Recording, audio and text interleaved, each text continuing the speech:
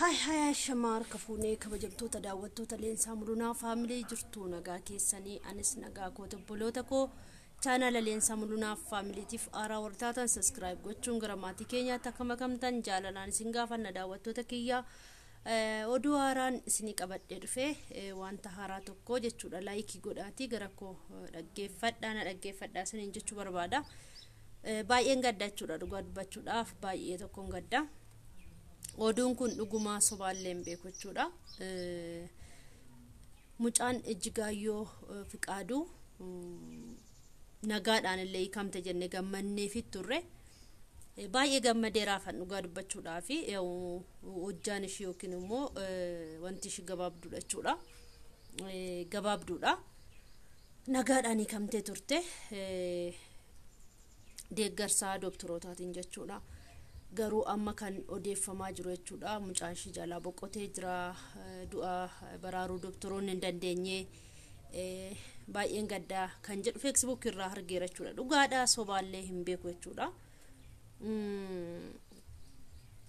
baay'ee nama gaddisiisa dhugaa nan gadda jechuudha baay'ee tokko namni kun mucaan kun Ejjigaayyoon jechuudha deebitee dhala dahuudhaaf illee baay'ee yookiin rakkisaa ta'uu danda'a.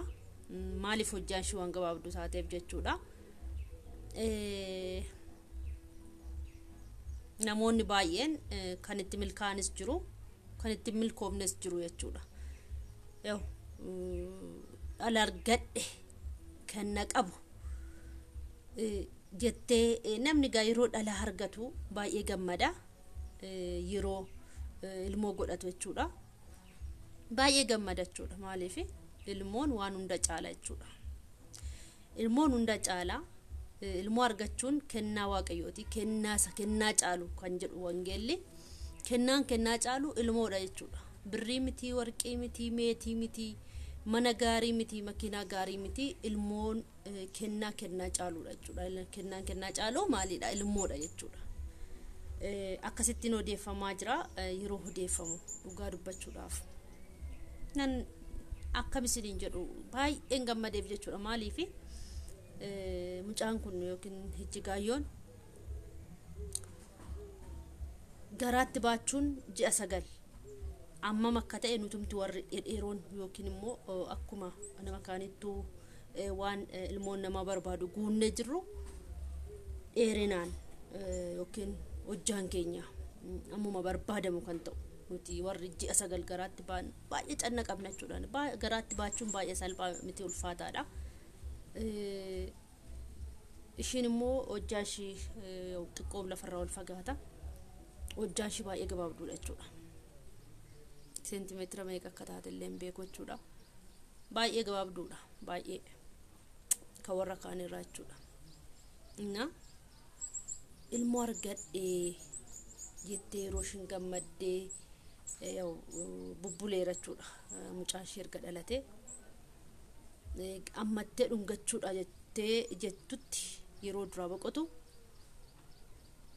maaltu namatti dhaga'amu baay'ee nama gaddisiisa jechuudha dhuguma wote baay'een gadda jechuudha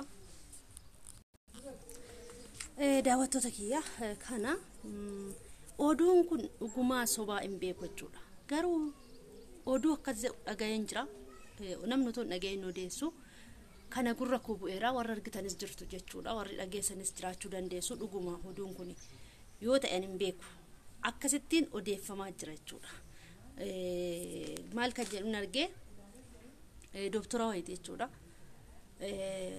nagaan isiniif haa baay'atu hordoftoota koo akkuma dura isinii gabaasaa ture isiniif maxxansaa ture Ejjigaayyoon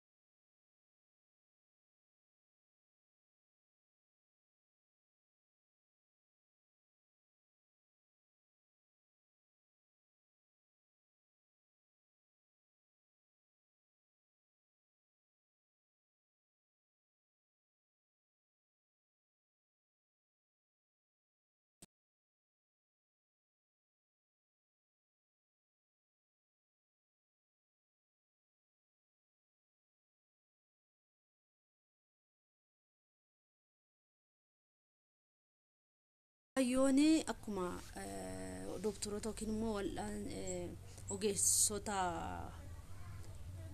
maannoo doktorootaan hordofamtee deessee turte amma immoo fedha waaqayyoo ta'ee mucaan ishii dura boqotee jira kan jedhu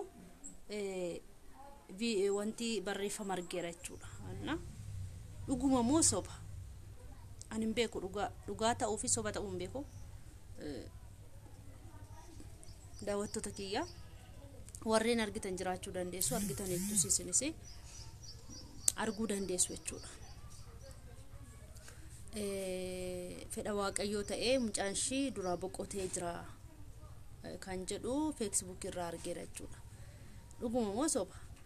Dura boqoteera warri beektan dhuguma ta'e natti himuu dandeessu jechuudha. Na hubachiisuu dandeessu. Nan arrabsinaa namoonni na arrabsitan waaquma sodaadha, rabbiin keessan sodaadha. Waan hin arge malee waan hin dubbadhu tokko illee hin jiru. Prank sana hojjedhu immoo fittamanii tan hojjedha jechuudha. Namni kamiyyuu hojjeta, ana bichaa miti. Kanan isiniin jechuu barbaada. Yoo dhuguma ta'e ani hin beeku. Sobaa fi dhuguma isaa addaan hin baafanne. Garuu mucaan Ijjigaayyoo Fiqaaduu boqotee dura boqotee jira. Dhalatee guyyaa meeqatti? Torbee gaheera moo waan akkasiitiin natti fakkaata. Torbee dabarseera, torbee ol ta'uun oolu. Dura boqotee jira. Fedha waaqayyoo ta'ee dhugaa kan jedhamu dhagayeera jechuudha. Yaa'u nama gaddisiifti jechuudha. Dhugaa nan gadde. Maaliifi dhala argadhee kan harkana qabu kan na gargaaru waaqayyoon gaditti jettee yeroo ishiin gammaddutti kana bichaa miti dadhabbii meeqatti dadhabdee ji'a 9 akkasittiin lafarra gottottee baattee garaatti yeroo dura boqotu nama gaddisiisa jechuudha. Dhala baachuun garaatti salphaa sanitti hin fakkaatiin obboloota koo akka barbaadde taa'uu, akka barbaadde ka'uu, akka barbaadde waan barbaadde ta'uu hin dandeessu jechuudha. Kana hundumaa danda'ameetu jechuudha. Yoogaa boqote ta'ee mucaan kun lubbuu isaa waaqayyo haa maaru, ishiidhaaf immoo jajjabina haa kennu. Obboleettii keenya Ijjigaayyoo waaqayyo jajjabina siif haa kennu dhuguma yoo ta'e jechuudha. Ishiidhaaf jecha miidiyaa irra baatee argadhee itti gammaddee ajandaa namaallee taatee turte jechuudha. Baay'eetti dhagahama. Argadhee ani na dhabanii namatti dhagahama baay'ee jechuudha. Daawwattoota kiyya dhuguma moo soba ani hin beeku jechuudha. Addaan baafannee kana soba ta'uu danda'a, dhugaa ta'uu danda'a. Mucaan Ijjigaayyoo fedha waaqayyoo ta'eetu dura boqotee jira. Lubbuun hin jiru jedhamee kan maxxanfame argeera. Yoo dhugaa ta'e natti himaa, yoo soba ta'e immoo na hubachiisa. Isiniin jechuu barbaada daawwattoota kiyya. Kana waaqayyo yoo dhuguma ta'e lubbuu isaa maaru yookiin jajjabina laatuu fi nagaatti tola laayikii tuqaa walumaa gaarii isiniif haa ta'u. Kanatti taansuudhaan waan tokko isiniin jechuu barbaada. Warra YouTube bitachuu barbaadan daawwaltanii gara koo dhuftanii bitachuu dandeessu. Maqaa itti isinii jijjiiruu hin danda'a. YouTube bitachuu barbaadan kottaa gara koo jirana bira jechuudha. Isuma kana gurguruu nan barbaada jechuudha. Abbaan bitachuu barbaadan na dubbisaa karaa keessaa bilbila koo isiniifan barreessaa jechuudha.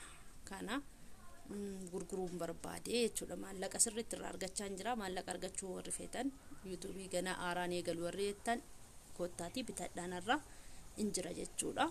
Nagaatti tola, walumaa gaarii isiniif haa ta'u.